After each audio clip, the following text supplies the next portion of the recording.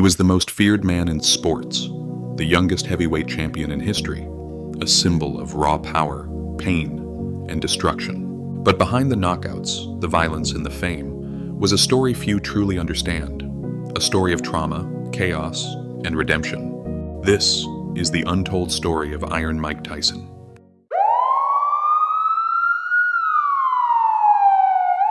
It was just a war zone.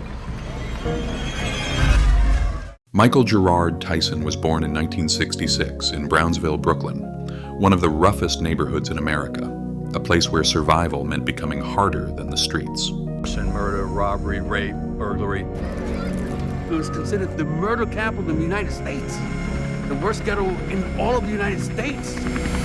His father disappeared early.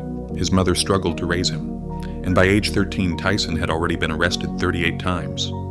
He wasn't just troubled, he was dangerous, angry, but buried under that rage was something terrifyingly powerful. That power was discovered by a man named Cus D'Amato, a boxing trainer, a psychologist, a father figure. Cus didn't just teach Tyson how to throw punches, he taught him how to control fear, how to focus, how to dominate. He filled Mike with purpose, with discipline, with belief. Fear is like fire. If you learn to control it, you can make it work for you. You let it get out of control, it can destroy you and everything around you. Well, like a snowball on a hill. Under Cus, Tyson transformed from a street kid into a weapon, an unstoppable force. By the time he turned 20, he was a champion. In 1986, at just 20 years old, Mike Tyson became the youngest heavyweight champion in boxing history. He wasn't just beating opponents, he was annihilating them. Men twice his size, frozen in fear before the first bell. I'm the best ever. I'm the most brutal and vicious and most ruthless champion there's ever been. There's no one can stop me. Lynx is a conqueror. No. The world had never seen anything like him. He was rich, famous, untouchable. But what the world didn't see was that Cus had died. And with him, Mike's balance started to die too. You just met me. I'm a little kid. He said, you're going to be the world champ.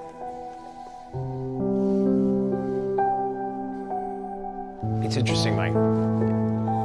You get emotional when you talk about Cus. But you said Cus didn't like it when you showed emotion. Oh, yeah, like Why didn't he want you to show emotion? Did he equate it with weakness? I don't know what he did. Without Cus, Tyson drifted. He partied, spent wildly. He married actress Robin Givens in a high-profile, toxic relationship. The media circled, the pressure grew, and the boy who had been molded by structure began to fall apart. Then in 1992, everything collapsed. Tyson was arrested and convicted of rape. He served 3 years in prison. Whether guilty or not, his image was shattered.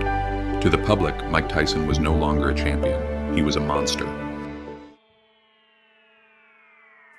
He came back to boxing, but the spark was gone. In one infamous fight, he bit off a piece of Evander Holyfield's ear. He cursed out reporters, battled addiction, lost hundreds of millions of dollars. The once invincible Mike Tyson was unraveling. But rock bottom isn't the end, it's a beginning if you survive it. In his 40s, Tyson began to change. He got help, started therapy, began talking about his demons, not hiding them. He launched a podcast, a cannabis brand.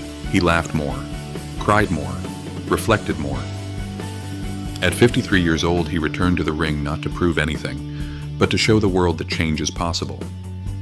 Not just physically, but spiritually. Today, Mike Tyson is no longer feared. He's respected. He speaks about love, fear, ego, masculinity. He trains, teaches, grows.